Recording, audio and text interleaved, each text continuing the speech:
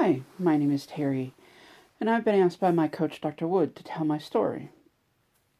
I was born in the mid 60s, and at the time it was common for moms to be completely knocked out under general anesthesia, which is how I was born. I was actually pulled out, and for many years I had a red or purple mark on my forehead. My mom used to call it my light bulb. As well, at the time, my mother's obstetrician had advised her that if drinking a beer or two a day quelled her horrible heartburn, that was okay. Little did they know that I was born not only with a huge neck subluxation called a Curare 1 malformation, but fetal alcohol syndrome as well. Crying and vomiting all the time, my mother did the best she knew how to do, and that was by the time I was 6 weeks old. She was mixing either Pepsi in warm water or ginger ale in warm water in my baby bottle and feeding that to me.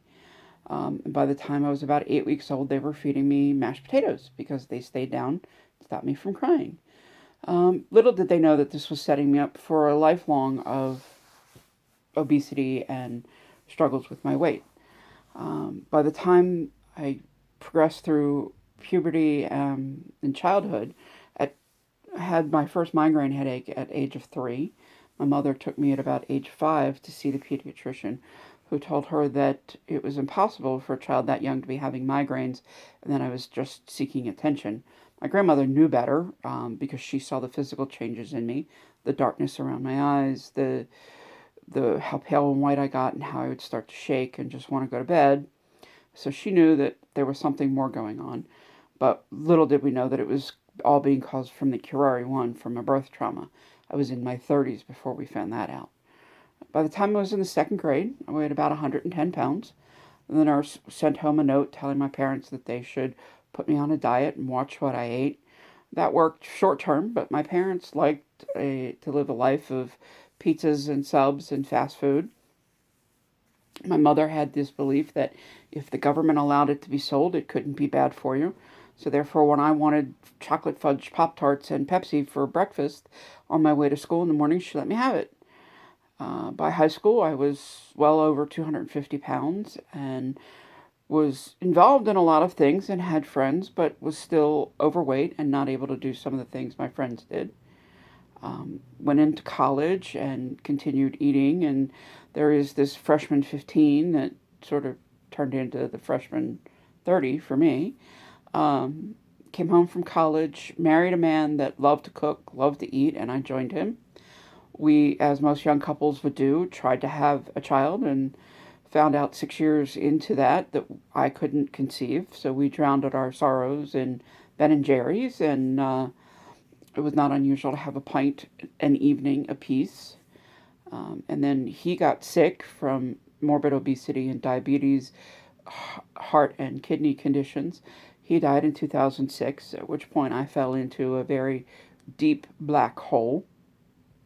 Um, and in 2008, I met my coach, Dr. Wood, who helped me turn my life around, who helped me discover that there was more to life than the bottom of Ben and Jerry's cup. And we worked together to create a plan for me that included exercise and headspace and sleeping right and getting in the right amount of water and balancing my body's pH and eating all the right foods. And I was able to lose 350 pounds on my own. And then in 2012, I had a double whammy. On July the 5th, 2012, I was hit by an automobile caused by a drunk driver that threw the engine of my car onto one side of the road and my car on the other side of the road. Shattered my rib cage, fractured several vertebrae in my back, and I now live with the constant and chronic pain of that and try to keep going. 8 weeks after the accident, I was had surgery to remove what we thought was just a benign lump in my breast, and it turned out it was ductal carcinoma. So I spent the next 6 months going through treatments for that, hormone injections that kind of made me crazy.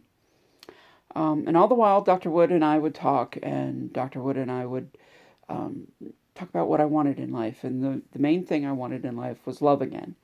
And my life has changed so radically since then. I now live in a house with my boyfriend and 3 crazy cats. This past summer, I bought my very first brand new automobile, and was delighted to be able to do that.